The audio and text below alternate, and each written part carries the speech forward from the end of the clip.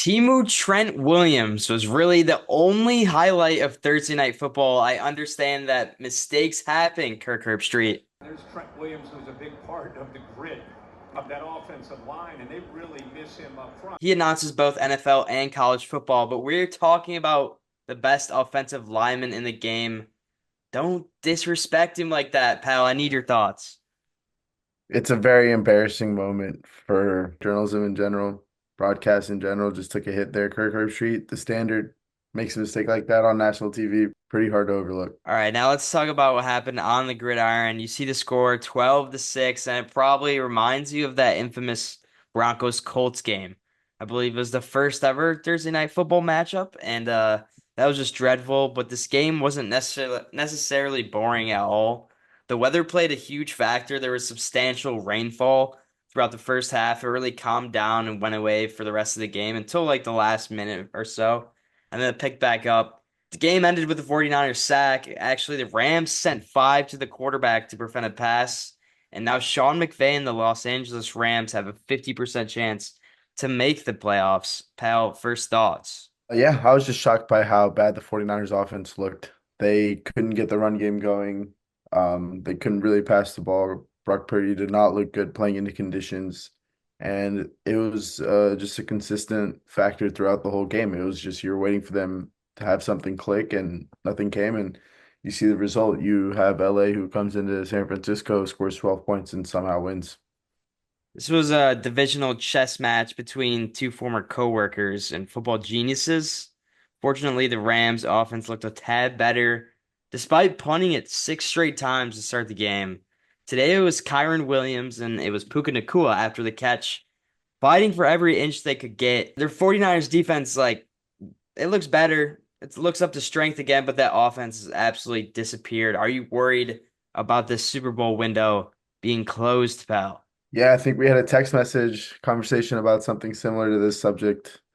I would say, depending on what you define a Super Bowl window as, you could consider this being a window closed kind of moment. This whole year has been just ups and downs, ups and downs. You give them false hope, and then injuries or some kind of weird loss like this one knocks them back down.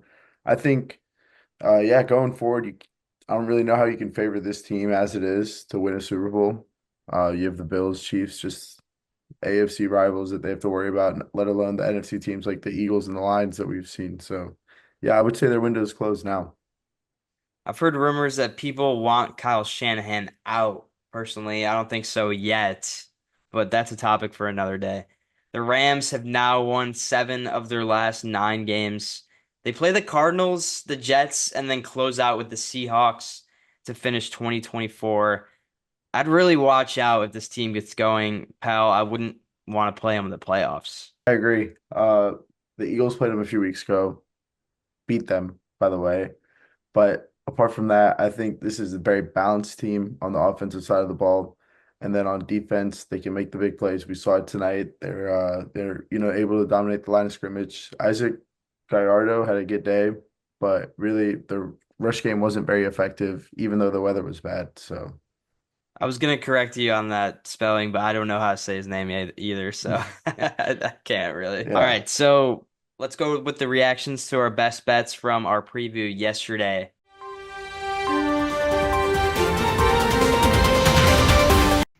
Yo, all right, so I'm hiding in my closet right now because I think someone just broke into my house.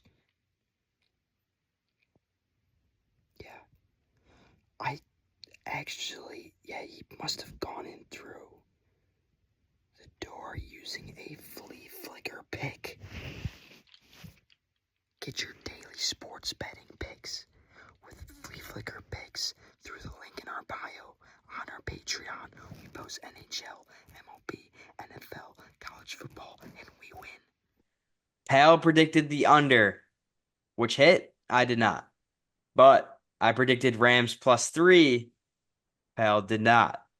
We also split on the props. Puka Nacua did his thing, went for 97 yards, while Matthew Stafford had plenty of chances in the red zone to cash his passing TDs over, but it just wasn't his night. The Rams settled for 4 field goals. Reactions to your predictions. Yeah, I think the Niners had plenty of chances to win the game. I think, especially on that final drive right before Brock Purdy threw the pick, a touchdown there would have cashed the bet, given them the win. It wasn't really much to ask, and he just sails on a pass, throws a pick, loses the game. And that play kind of defines how the whole night went as a 49ers better. And I bet it was worse if you were a fan. In the end, I think this will be a Thursday night football game we look back on. Is it the end of an era in San Francisco? Are they turning the page? I really don't know. Catch us Monday for another Flea Flicker Nightcap. That's his third down conversion. Back to him they go.